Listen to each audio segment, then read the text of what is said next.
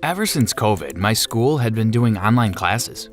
I loved it. No more getting up at the crack of dawn to get ready for school. I just hopped out of bed 5 minutes before class started and logged onto my computer. That morning started off just the same as all the other days. I clicked onto my English class and waited to see my teacher's face pop up.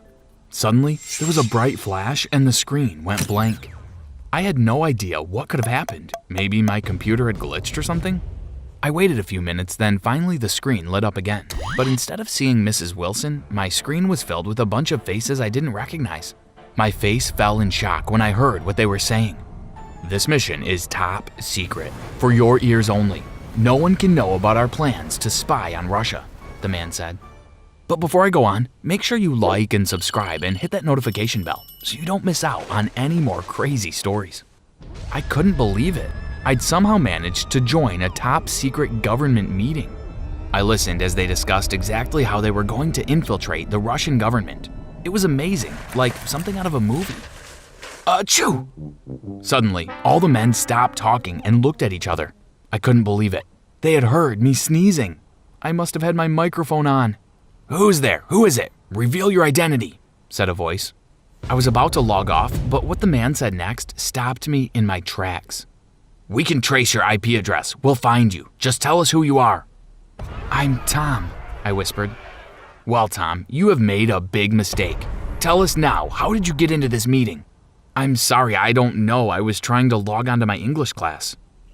"What? You're just a kid?" "Yes, I'm sorry. I'll go now." No, wait. You know too much already. We can't just let you go. Hold on while we discuss what we will do with you." I was petrified. What had I gotten myself mixed up with? It seemed like an eternity before the man spoke again. "We are going to give you $1 billion for your silence. You cannot reveal any of the information you found out today." "What? That's crazy." "Listen very carefully. This is very important. If you tell anyone anything, we will destroy you and all of your family." I agreed and promised that I would never tell anyone. "The money will be deposited in your account in 1 hour. We are going to send you a telephone number now. Don't show it to anyone. If you ever need to contact us again, you should send a message to this number." I logged out of the meeting and sat there in shock. I didn't believe they would really send me $1 billion, but an hour later when I checked my account, the money had been deposited. My hands were shaking as I looked at the row of zeros in my account. I was a billionaire. I wanted to rush downstairs and tell my parents, but I couldn't. If they knew I had that much money in my bank, they would want to know where I had gotten it from. If I told them, then their lives would be in danger, so I had to keep it a secret. So when I was at home, I had to pretend everything was normal. It was only when I was out with my friends that I could show that I was rich. At first, my best friend Robbie kept on asking me how come I had so much money, but I managed to convince him that I had found some online work and he believed me. Anyway, he was happy too. I bought him presents and paid for him to go to the movies and to nice restaurants with me. I was so happy. It was nice not to have to worry about money anymore. The only thing I didn't like was that I was still single. Robbie and I were sitting talking one day and I told him that I wished I had a girlfriend. "You know what?" I said. "I'm going to ask Tanya to go out with me." "Oh no, don't do that," Robbie said. "Why not?" "You're probably gonna frighten her off. You need to take things slowly." I wasn't convinced that Robbie was right, but I decided to take his advice. Maybe it was better to wait a bit longer. I didn't want to scare her away. "I guess we should just be friends for now. I'll take my time," I told him. It wasn't long after that, when I was watching TV, that I received a text message that would change everything. "I know that you know something. That's how you got all your money. Give me half, or I will tell everyone about the mission to spy on Russia. They will think that it's you that has let the secret out. They will destroy your family." My heart sank. I had no idea who had sent the message, but this was going to ruin everything. I didn't want to give up half of my money, but what choice did I have? I couldn't risk my family getting hurt. I knew what I had to do. I called the number that the government had given me. It rang twice, and then a man answered. "Yes, Tom, what do you want?" "I need to meet you." They told me to wait until 10 o'clock and walk to the end of my street. They said that I should wait in the doorway of the last shop. I watched as the minutes ticked away. Finally, it was 10 o'clock. I made my way down the dark street and stood waiting. A few minutes later, 2 men wearing dark suits approached me. "Follow us," they said. They led me down a dark alley, out of sight of anyone. "What's the problem?" they asked. I told them all about the message I had received. I thought I should tell you. Someone else obviously knows what your mission is, I said. They told me to send a text back agreeing to the demands. Arrange to meet him or her at the park at lunchtime tomorrow, they said. We will come and take care of everything. When I got home, I sent the reply. I'll be sitting on the park bench wearing a blue baseball cap. The following day, I set off to the park. I was so nervous. My stomach was in knots. I saw a boy sitting on the bench. He looked about my age. As I got a little closer, he looked up. My mouth dropped open in surprise. It was Robbie. He was the blackmailer? I couldn't risk anything happening to my best friend, so I called my contact. Abandon the plan, I shouted. It's my best friend. You can't take him. Okay, well, you better deal with it, he said. Make sure this information never gets out. I went and sat down next to Robbie. Have you got the money? He asked. How did you know? Haven't you figured it out yet? I was the one that hacked your system. I got you into that meeting. That's when I remembered what had happened. The flash of light must have been when he hacked into my computer and joined me in their meeting. I just wanted you out of the way. I thought they would terminate you. I never expected them to pay for your silence. But why did you want me out of the way? Because I wanted a chance with Tanya. My mouth fell open. What? Is that why you tried to stop me from dating her? I had no idea that you liked her. You didn't need to go to all that trouble. If you had told me that you liked her too, I wouldn't have stood in your way. I promise you, I won't date her. Robbie rubbed his face. He looked stressed. I know, you're right. I just got really jealous. I'm so sorry. I've been so stupid. You can keep the money. It was tempting to keep all the money to myself, but I knew that I had to be fair. No, actually, you deserve your share. If it wasn't for you hacking into my computer, I wouldn't even have the money. You're my best friend, and I want to share it with you. You're insane. Robbie and I spun around to see who had spoken. It was Tanya. How long have you been standing there? I asked. Long enough to hear what he has done to you. I can't believe you'd do something like that to your best friend, and all because of me. Please, I did this for you, Robbie said. No, this obsession has got to stop. It's unhealthy. You shouldn't be willing to throw your best friend under the bus. Just have a chance with me. Robbie looked like he was about to cry, but what Tanya said next made it even worse. Anyway, you were wasting your time. I would never have dated you. I've always liked Tom. I looked at Tanya in shock. Did she really just say that? I looked at Robbie to see what his reaction was going to be. Well, you're welcome to each other. I hope you'll both be very happy, he said sarcastically. With that, he stormed off out of the park. After that, I didn't hear from Robbie again. When I tried to contact him, he just ignored my calls. At school, he just avoided me. I was sad that we had lost our friendship, but I had Tanya, and that was worth much more to me. We started dating, and it wasn't long before things got really serious between us. My parents loved her, and her family liked me too. It was her birthday coming up and also our 6-month anniversary, so I wanted to do something special for her. I decided I was going to book a holiday for us at the lakes. She was so excited when I told her about our trip. Oh, Tom, I can't believe it. I've always wanted to go stay at the lakes. Thank you so much. I showed her the photos of the log cabin we were going to stay at. It's got a real fire and a hot tub in the yard, I said. We can go for long walks in the forest and relax by the fire in the evening. Oh, it looks so romantic. I can't wait, she said. We packed up our bags and caught the bus out of town. It was so nice watching out of the window as we left the city behind and the view turned to mountains and trees. It took us about 4 hours to get there, and it was already dark when we arrived. The manager showed us to our cabin, and we settled in for the evening. Let's have an early night tonight, and then we'll be bright and fresh for a walk in the morning, I said. The following day, we were up at 6 a.m. Tanya made us some breakfast while I packed up a bag with supplies for our walk. By 7:30, we were on our way. The site manager had given us a map of the surrounding areas, and we had chosen a route that went through the forest and beside the lake. The sun shone bright as we made our way through the forest. We walked for about half an hour through the trees until eventually came out beside the lake. The water glistened in the morning sunlight. I honestly don't think I ever felt so happy in all my life. Everything was perfect. Suddenly, I felt someone push me from behind. I fell flat on my face on the ground. I tried to roll over onto my back, but I couldn't turn over. I heard Tanya scream, No, leave him alone. The fear in her voice gave me the energy I needed. I turned over and faced my enemy. Robbie, I cried out in shock. What are you doing here? But he didn't say anything. He just kept on hitting me. I didn't want to hit him back, so I just held my hands up to my face to defend myself. But then, as quickly as it started, it stopped. I felt Robbie being pulled off of me. I looked to see who had come to my rescue. It was my contacts from the government. How did you know I was here? They held Robbie between them. We've been following you everywhere you've gone. The information that you have is too important. We couldn't risk anyone trying to get it out of you, so we have been keeping an eye on you. It annoyed me that they had been stalking me the whole time, but I suppose they had probably saved my life. Well, it looks like you got here just in time. I looked at Robbie. Why did you attack me? I hate you. I will never forgive you for what you have done to me. I realized then that all this time, Robbie had been bottling up his feelings. It must have been eating away inside him until he had finally burst. Robbie, I never meant to hurt you. I miss our friendship. Is there any way we can be friends again? There is one way, said Robbie. If you finish with Tanya, we can go back to being best friends again. So what do you think I should do? Should I give up Tanya to get my best friend back again? Please tell me in the comments below. I was sitting in the lounge watching TV. It was a typical Saturday afternoon in our house, and even though I complained to Mom sometimes about being bored, the truth is, I liked spending time with my mom. I guess the reason we were so close is because I had never really known my dad. He had disappeared one day when I was about 5 years old. It had been more than 10 years since we had seen him, and we never heard from him again.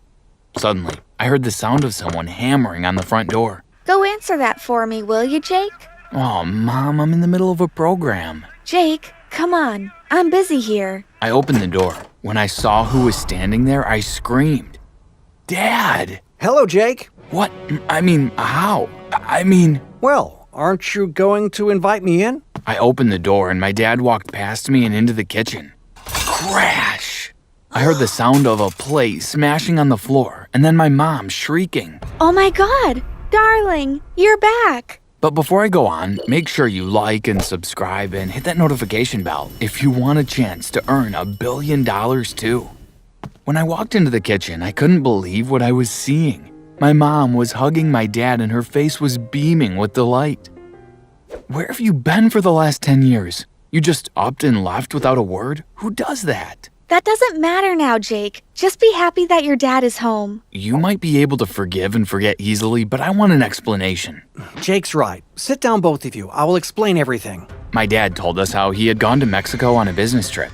But when he got there, he had been framed for a crime he didn't commit. I've spent the last 10 years in jail. I had no way to contact you, to let you know what had happened. So you want us to believe that they wouldn't even let you make a phone call? Nothing? To let us know where you were? Yes, that's exactly what I'm saying. You have no idea what it's like in a Mexican jail. I had no rights. Oh, darling, it must have been awful for you. But at least you're home now. Yes, as soon as they let me out, I came straight here. I just want to be with you and Jake. I looked at my mom incredulously. Well, she might believe his story, but I was still suspicious. I didn't want to upset Mom, though, especially as she looked so happy to have Dad back, so I decided to let it go. Anyway, it's good to have you home, Dad. It's good to be home, son. When I went to school on Monday, I couldn't wait to find my best friend Tom and tell him what had happened. You're not going to believe it. My dad is home. What? Oh my God, you haven't seen him since you were 5. I know, it's crazy, isn't it? Did he tell you why he hasn't contacted you before now? Oh, he came up with some story about being in jail in Mexico, but I don't know whether to believe him or not. Well, that's not something he'd make up, surely. I don't know, bro. I just think it's a bit suspicious, you know? Do you think your dad realizes you don't believe his story? Probably. I've been giving him the cold shoulder ever since he arrived. Well, I think you should stop being so suspicious and just be happy he is back. I guess you're right. After my conversation with Tom, I decided I would give my dad the benefit of the doubt and just get on with making up for lost time. Once I let my suspicions go, I began to really enjoy having my dad home again. It was nice having someone to talk about sports with and watch horror movies with. Mom hated that kind of stuff, so I rarely got to do it. Hey, it's your birthday soon, isn't it, Jake? We should do something special. Just the two of us. That would be great, Dad. What do you have in mind? I don't know, maybe go watch a baseball game or something? Yes, I'd really like that. Okay, leave it to me. I'll get us some tickets. My birthday arrived, and as promised, Dad got us tickets to see a game. We were just about to leave the house when Mom came flying down the stairs. Wait! Before you go, I have a present for you. She handed me a small box. I opened it up. Wow, Mom, that's really nice, thank you. It was a necklace with a charm of a star on it. Put it on! Put it on now! Okay, Mom. You must wear it all the time, every day, all right? I had no idea why my mom was being so insistent, but I agreed to wear it all the time. I had so much fun at the game with Dad. That was the best birthday ever. I'm glad you enjoyed it. My dad had slipped back into our lives as though he had never been away. I was really happy to have him back and stopped being suspicious of him. Until one day, something really weird happened. So I was in math class and Mr. Healy was droning on about algebra. I happened to look out of the window and I got the shock of my life. What on earth is my dad doing creeping around the school grounds? He looked like he was trying to avoid being seen. But why would he do that? As soon as I got home, I went and confronted him. What were you doing at my school today? What are you talking about, Jake? I saw you. You were creeping around the school grounds. You must have been mistaken, Jake. I didn't go to your school today. I was really confused. I had thought for sure that it had been my dad. I guess it must have been someone else. He sure did look like you, though. Well, they do say everyone has a twin somewhere. I still felt a bit puzzled, but I had other things to worry about. Like, what was I going to write about for my school essay? My teacher had given us a task to do for homework. We had to write an essay. It could be on any subject. I'd been racking my brains trying to come up with a good idea. Then it came to me. I know what I'll write about. I'll write about the history of my school. My school had been on that site for a very long time. I bet I could find out lots about how it was first built and its history. I started to do my research and it didn't take me long to find lots of information. I spent the next 2 hours scribbling away. Finally, the essay was finished. I put down my pen and went downstairs to get a drink. When I got back to my room, I was surprised to see that my dad was sitting at my desk and reading my essay. "What's up, Dad?"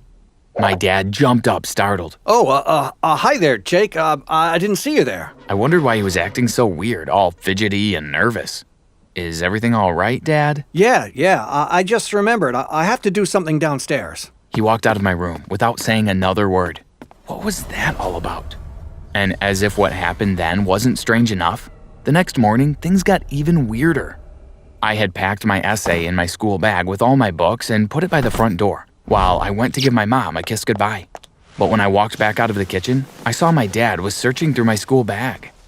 "Hey, Dad." Oh, hey, son. I packed you an extra oatmeal bar for lunch. Don't want you going hungry. "Thanks."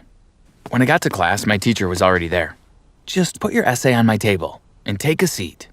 I opened my bag and began to search for my essay. It was missing. I know I put it in there. Jake, why didn't you complete your essay? I did, miss. I know I put it in my bag, but now it's not there. I could tell that she didn't believe me. Come on, Jake. You need to do better. You have until the end of the day to get your completed essay to me. Sorry, miss. I sat down at my desk and went over and over in my head what I had done that morning. I know I packed my essay. I wonder if my dad might have taken it by accident when he was putting the oatmeal bar in for me. At lunch break, I decided that I would give my dad a call to see if he had seen my essay. Maybe he'll be able to bring it to school for me. I went to my locker and took out my phone. I punched in Dad's number and waited to hear it ringing. Wait a minute, that's Dad's phone. I could hear the sound of my dad's phone ringing, and it appeared to be coming from the vent next to my locker. Why would my dad's phone be inside the vent? I decided I would do some investigating. I pulled off the vent cover and climbed inside. I followed the sound of it ringing. I hadn't gone very far when I suddenly found myself in some sort of cave. And what was even more shocking, I wasn't alone. Dad! Standing before me was my dad wearing climbing gear and carrying a torch and a bag in one hand. In his other hand, I could see he had a hold of my essay.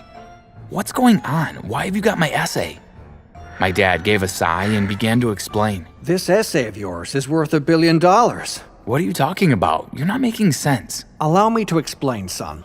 Under this school is a secret treasure. There's been rumors of it, but no real clue as to where it might be.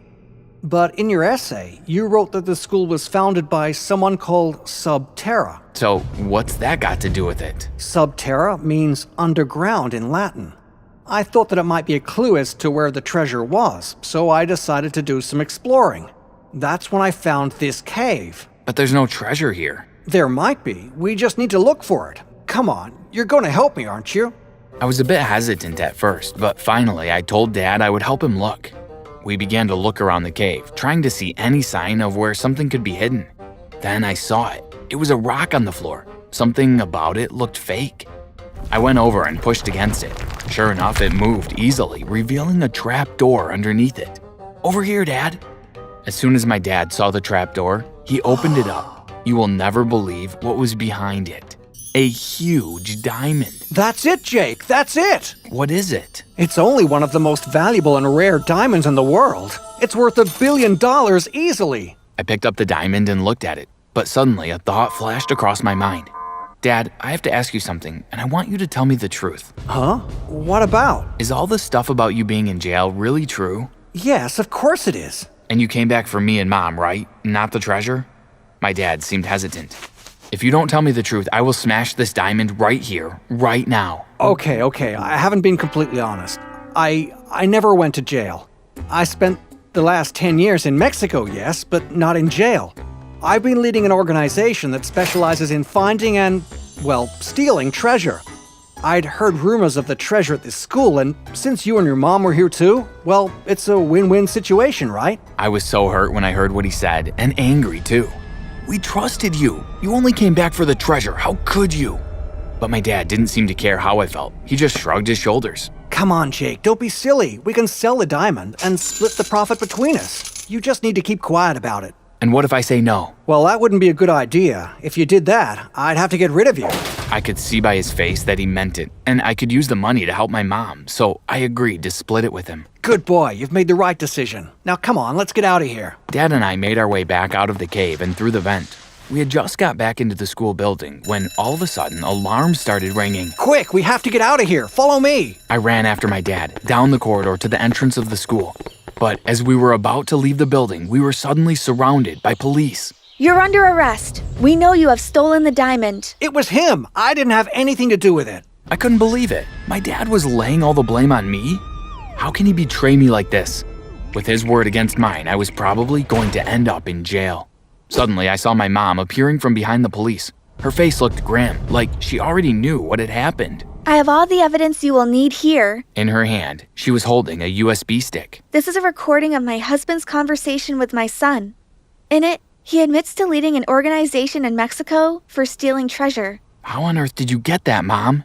She pointed at my necklace. I didn't trust your dad right from the start, so I put a recording device into the star on your necklace. I felt sure that sooner or later, he would reveal the truth to you. But I thought you believed his story. I'm sorry. I should have been honest with you, but I just wanted to find out the truth. Can you forgive me?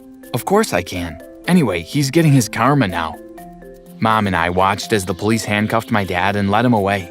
He was arrested and put into jail for a long time.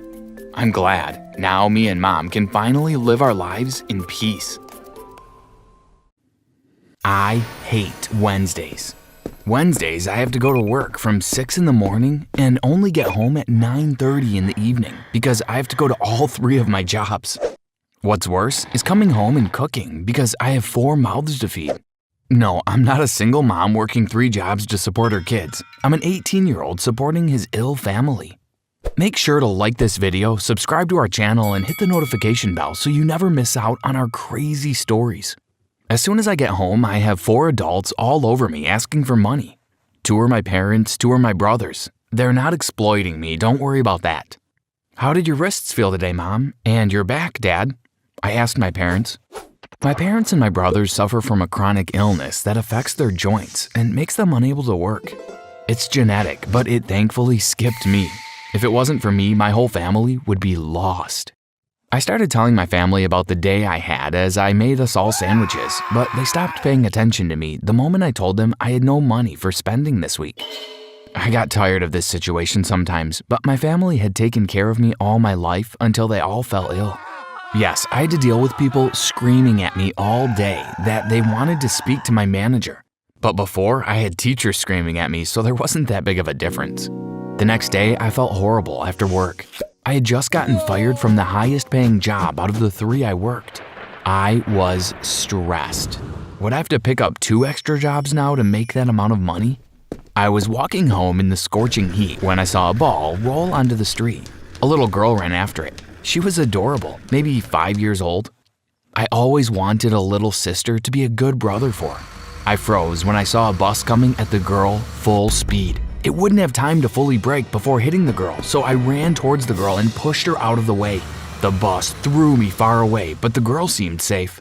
Everything hurt. I hit my head and my vision started to blacken. The last thing I saw was a pair of fancy high heels stepping out of a limousine, and I heard the little girl saying, "Mommy!" I woke up probably hours later in the hospital. It looked different. I had been here before, mostly for workplace injuries, and it didn't look this clean or slick. Damn, was I in a private hospital? I started panicking, thinking about the enormous bills I would have to pay. They were already insanely high in normal hospitals. A place this fancy would put me in debt until I died. The door to my room opened and a doctor walked in. She explained to me what had happened and that I had broken ribs and a broken collarbone, as well as head trauma. Don't jump in front of a bus, kids. I wanted to ask her how I had ended up at this hospital and how much I'd have to pay for the care I received. But my plan at that moment was to climb out the window and disappear. The door opened again and I heard the clacking of heels. A tall, fashionable woman walked in. She looked to be my mom's age, but filthy rich. The doctor left us and I looked at the woman, who was close to tears. She lunged at me and hugged me tight. "You saved my little girl!" She cried next to my ear. I just gave her a faint smile and said, "No problem." I mean, what else was I supposed to say? The door opened once more and in walked a tall man around my dad's age, wearing an expensive-looking suit. He put his arm around the woman, which told me they were married. They explained that they were leaving the park with their daughter when she ran onto the street, and that she would have died if I hadn't pushed her out of the way. "How can we ever repay you?" The woman asked. I didn't have to think about it too much. I knew exactly what I needed. See, my specialty is food. I'm pretty good at cooking. I asked these rich people for a job and they gave me the best they could offer. I became their personal chef. After recovering from my injuries at home and in the hospital, which they paid for my bills, the woman, Mrs. Roberts, picked me up to go to the Roberts mansion. Yes, mansion. I knew these people were rich just by looking at them. But when I saw their mansion, I realized they were more than just rich. They were billionaires. "Welcome to your kitchen, Ray." Mrs. Roberts smiled at me.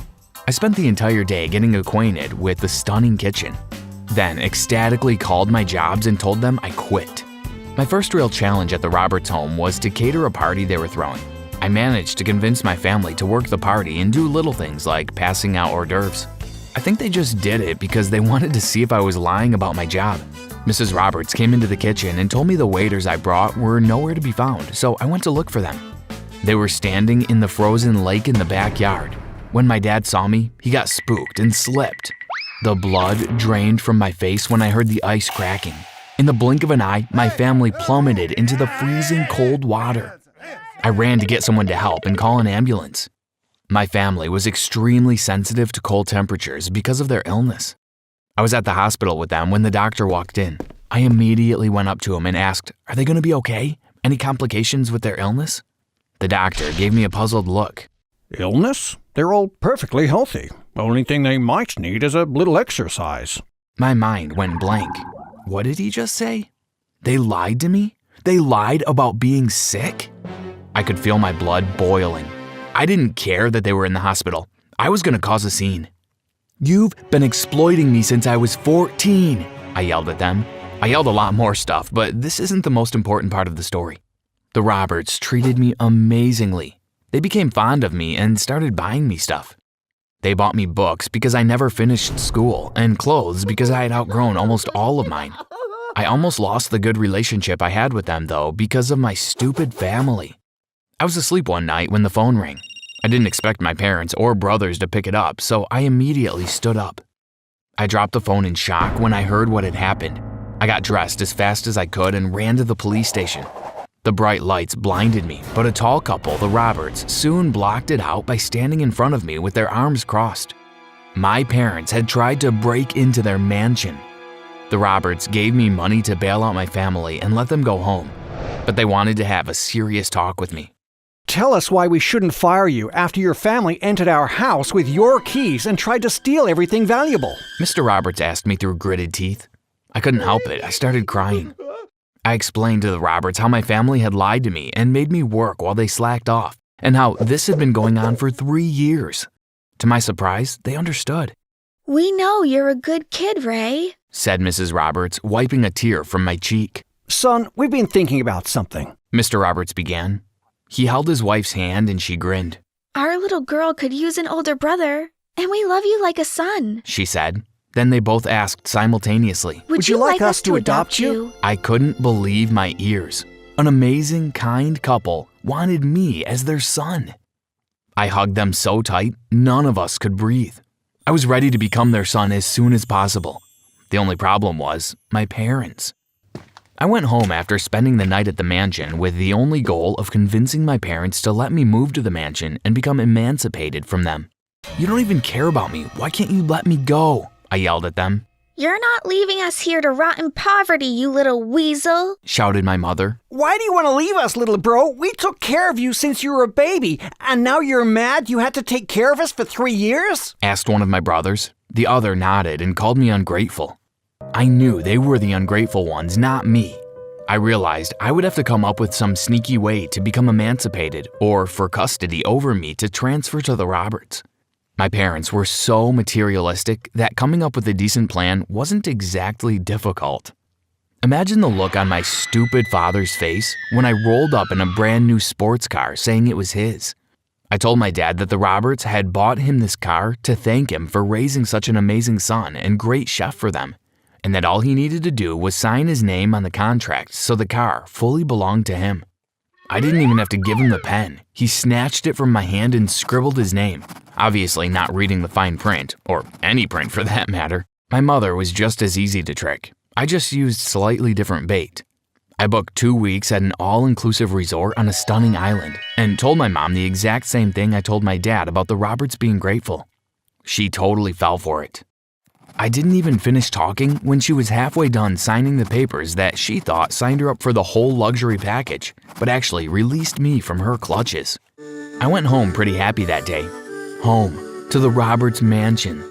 My former parents were very confused when I drove up to our old house with a truck, ready to grab my stuff. Where do you think you're going? Asked my former mother. Home, I replied, carrying a box of stuff to the truck. You belong to us! You can't leave! Yelled my former father. I then continued to explain how I didn't belong to them, just like how that sports car and tickets to a luxurious vacation didn't belong to them.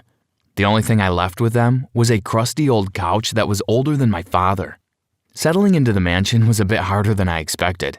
I was tossing and turning in my new bed. Was it the fact that it was huge? Maybe the silk pajamas were too soft. I figured I should go get a glass of warm milk to help me fall asleep. When I was in the kitchen, I heard the door to the backyard slide open and many clumsy footsteps. I froze for a second, but then came to my senses and went to investigate. My heart sank at what I saw before me. 4 figures masked, carrying baseball bats. Which 4 figures could these possibly be? Of course, it was my former parents and brothers. What worried me was the baseball bats. They weren't here to steal, they were here to hurt someone, maybe multiple people. Now, I'm not the smartest guy by any means, but as a chef, I often improvise. I was standing behind the people who exploited me, watching them go up the stairs towards my loving family. I was thinking of a way to take them all down when I saw my little sister's jump rope. Perfect. I went up a few steps and threw one end past my parents' feet. All it took was one tug, and all 4 of them came rolling down the stairs. It was pretty funny, like watching a cartoon. My parents fell to the floor instantly, but my brothers jumped off the railing and ran towards me from both sides. I ran to the living room and hid in the dark behind the couch. I saw one of my brothers looking behind the blinds of the window next to me, so I tugged on the cord that pulled them up and then let it go. The heavy metal bar they were attached to fell on my brother's head. I could practically see the little Tweety birds clouding his vision. My last brother was the hardest to get. He ran to the kitchen, where all the sharp stuff is, sadly. I wasn't sure what to do, but I saw the tablecloth in the dining room and figured if it had worked for others, it would work for me too. I grabbed it and creeped up behind my brother. I threw it over him and sloppily tied the ends around his arms to buy me some time. He struggled and cursed, but I had enough time to take an old pie out of the fridge and smash it into his face. When my old nightmare family was dazed, I tied them together with the jump rope I had taken my parents down. You probably think it's crazy I took them down so easily. But you gotta remember, these lazy pigs hadn't lifted a finger for years. They weren't particularly strong, agile, or smart for that matter. Do you want to know what was funnier? seeing my abusive family's pale faces when they were sentenced for repeated breaking and entering. Now, I sleep like a baby every night. Sometimes when I'm feeling petty, I drive up to the local prison to visit my family. I make sure to wear my finest suit and my most expensive watch. I like flexing on them because I deserve all the luck I had. My mom looks furious when she sees my perfectly manicured hands. Hey, men can get manicures too. My brothers look especially mad when they see all my fine and expensive clothes. Things they might have been able to afford if they had worked. My dad looks like he just bit into a lemon when he sees my watches and the keys to my cars. I still drive around in the car I tricked my dad with. It feels awesome driving my new family to the beach in my golden ticket. Dominic extended his hand to me and I took it, grateful for the mask that covered most of my face because I could feel the heat from his fingertips coursing through my veins. He held me close as we swayed to the rhythm of the music. No one else mattered. After the song, we stopped dancing, and he held my face and pulled me in for a kiss. It was my first kiss, and indeed, it was a magical one. Hi, my name is Autumn. Before I go on, like and subscribe to our channel so that you can watch more of our amazing stories. If you do, you may receive a kiss from your crush. Oh, yeah, and tap that notification bell too. Do I really have to go to Uncle Miles and Aunt Maria's? Why can't I go somewhere else? Bella is so spoiled. I looked at my mom, my eyes pleading with hers. Because there's nowhere else for you to go. My sister isn't that bad, my mom smiled. And besides, no teenage girl wants to babysit her grandmother over her summer break. Try to have fun, okay? My mother kissed me on my forehead, and I hugged her. I grabbed my bags and stepped out of the car and pressed the buzzer for the gate. My mother waited until I was secure behind the gate. I looked at the mansion before me. Might as well get this over with, I muttered as I walked towards the house. By dinner time, I heard about all the lavish parties my cousin Bella had already gone to that year, as well as everything she bought. I watched as her tongue slayed the servants. Her drink had too much ice. Her pasta wasn't cheesy enough. I looked at them apologetically, then over at my aunt and uncle, who seemed oblivious to how Bella was treating the staff. I felt as though I could reach across the dinner table and slap Bella and make her apologize. But instead, I stood up. Uncle Miles and Aunt Maria, I'm done with dinner. I'm tired and I'd like to go to bed. They nodded at me and returned to their conversation.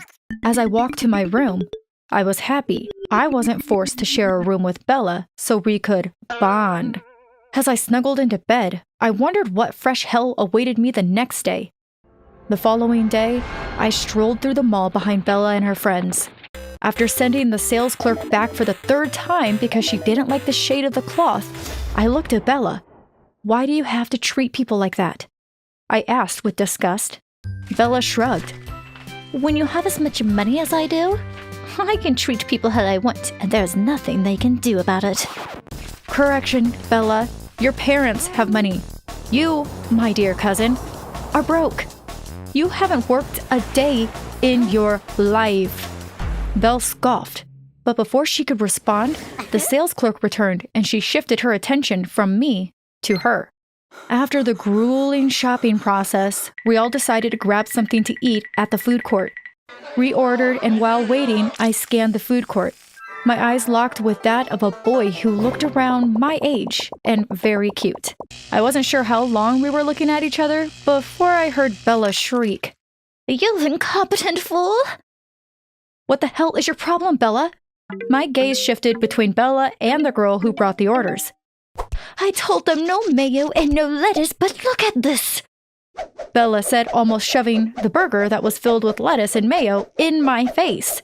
So what's the problem? She made a mistake. Calm down. People are staring at us. I don't care if people are staring, Bella screamed as she flung the tray with the food on the floor. You spoiled brat, I spat. You poor ingrate, Bella said smugly. Her friends laughed, and Bella and her friends walked away from the food court. I knelt beside the crying staff as she tried to clean up the mess. I'm so sorry about my cousin. Let me help you clean this up. Later that night, I was about to go to bed. Bella barged into my room.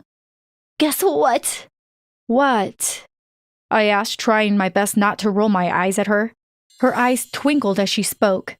My parents and I just got invited to the biggest party of the year. It's not just any party, it's a masquerade ball. It's being held by the mayor, and only the richest families will be there. Before I could respond, she waltzed out of the room. At breakfast the next day, Bella was fuming.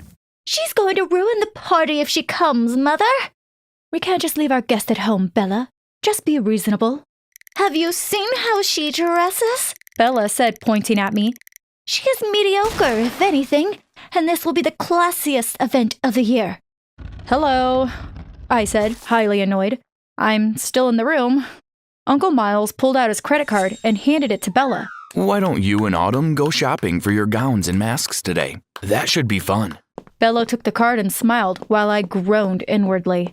While shopping at the mall for our costumes, we met a group of guys. I recognized one of them from our last trip to the mall.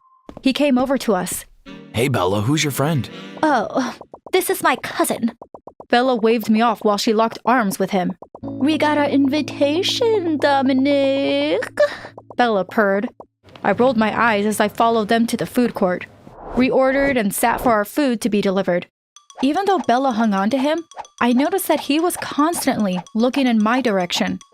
He looked at me and asked, So what mask will you be wearing? I purchased my Zeus mask earlier this week. Before I replied, Bella chimed in. Oh, really? Then I'll go as Zeus's wife, Hera. When our food finally arrived, I watched as Bella inspected her food. However, instead of overreacting, she pleasantly told the girl if she could get another thing of fries, since she ordered a large and she received a small. When the staff walked away, I turned to Bella. So, you mean to say, in order to get you to act like a decent human, we just need to have a boy sitting with us? Bella glared at me. Yes, Bella. Would you like to say something? I smiled coyly. Bella's face turned red when Dominic chuckled next to her. Hey, Autumn, a familiar voice said behind me. I spun around and smiled. It was my best friend, Clarissa. Hey, Clarissa. I stood up and gave her a hug. What are you doing here? I came to visit my grandma with my parents. Nice. I turned and introduced Clarissa to Bella and Dominic. Bella, I'll be over there with Clarissa if you need me. I grabbed Clarissa's hand and pulled her to the other side of the food court. Clarissa and I caught up on what we had done so far on summer break while making fun at Bella, who was throwing herself all over Dominic. Oh no, I said as I looked at the time on my phone. It was 5 p.m. What's wrong? Clarissa asked, concerned. I didn't realize it was this late. My uncle and aunt have reservations at some fancy restaurant tonight and we were supposed to be home by 4 p.m. I scanned the crowd at the food court to see if I could get a glimpse of Bella, but she was nowhere to be found. I can't believe Bella left me. Don't worry, you can get a ride with me. Clarissa dropped me off. I thanked her and told her to expect my call later tonight. We said goodbye and I entered the house. My aunt and uncle weren't pleased. Bella told them that I met with a boy at the mall and I switched off my phone. Punish her, Daddy, Bella said. See, this is what I was saying. She doesn't know how to behave. She will embarrass us at the ball. I think she should stay home. Aunt Maria looked at me and said, I can't believe I'm saying this, but Bella's right. I don't think you're ready for an event as big as the mayor's ball. Go to your room and think about what you did. We have reservations. You will see us in the morning. Bella smiled at me and walked off. I got to my room and decided that spoiled Bella needed to be taken down a few notches. As the days drew closer to the ball, I noticed that Bella seemed to be coming down with the flu. I smiled at how karma was playing her hand. Bella insisted that she was not missing the party of the year, no matter what. The night of the party, I added a little something to Bella's juice that was sent up by the staff. She told her parents that she was going to her room to change. When I checked on her 5 minutes later, she was sleeping like a baby. I chuckled as I locked Bella's door behind me. I dressed quickly, ensuring that my brown hair was tucked securely under the blonde wig. I placed Hera's half mask over my face. I twirled in the mirror. I'll tell you how the biggest party of the year went. I giggled as I exited Bella's room. Why, Bella, you look astounding, Aunt Maria said. I curtsied and smiled. I didn't trust myself to speak. Let's go. Your dad is already waiting by the car. I followed my aunt and smiled. Indeed, tonight was going to be the best night ever. After about an hour of being introduced to friends and colleagues of my aunt and uncle, I was finally allowed to go where the teens were hanging out. I sort of kept to myself, just walking around, and I wondered why I subjected myself to this torture. Maybe I should have let Bella come. All I heard was boasting about who had the biggest boat, most expensive car, and had the latest clothes. I walked to the balcony and felt the cool breeze on my shoulders. The view was immaculate. Hi, Bella. Dominic said behind me. Putting on my best Bella voice, I turned and greeted him. Hi, Dominic, lovely party. If it's so lovely, why are you hanging out on the balcony? I smiled, just trying to clear my head. Is Autumn here with you? I blushed as I realized he remembered my name. She's been under the weather for the past few days. She's home recuperating. Oh, He said, disappointed. Over the next few hours, Dominic and I chatted about every and anything under the sun. Movies, our plans for the future, our likes and dislikes. I know that at some point I stopped pretending to be Bella and my true self came out. You aren't like what I expected, I blurted. and what did you expect? A spoiled rich kid that feels entitled to everything? Well, yeah, but I'm glad you're not. There was a pause before Dominic spoke again. Hey, would you like to dance? I nodded, and Dominic took my hand and we headed to the dance floor. I told him that I wasn't much of a dancer, but seeing him do a bunch of silly dance moves on the floor encouraged me to dance as well. After a few minutes, the song changed and a slow song came on. I stood in front of Dominic, unsure of what to do. Maybe we should sit this one out, I said nervously. Dominic extended his hand to me and I took it, grateful for the mask that covered most of my face because I could feel the heat from his fingertips coursing through my veins. He held me close as we swayed to the rhythm of the music. No one else mattered. After the song, we stopped dancing, and he held my face and pulled me in for a kiss. It was my first kiss, and indeed, it was a magical one. He pulled away slowly. I'd like to take you out sometime. He said, I'd like that. Just then, I saw my aunt and uncle walking towards me. Dominic excused himself, and I knew the gig was up. Bella just called us and told us what you did, Aunt Josephine whispered. You will leave this party immediately. We called Fred to come pick you up. My aunt and uncle walked me out. I didn't even get a chance to tell Dominic goodbye. As we drove home, my heart melted as I thought about the night. It was indeed the best party of the year. The following days after the party, I watched Dominic and Bella get closer to each other. My heart broke when Bella came home ecstatic that Dominic asked her to be his girlfriend. I smiled and told her that was great. But as soon as she left my room, I buried my head in my pillow and cried.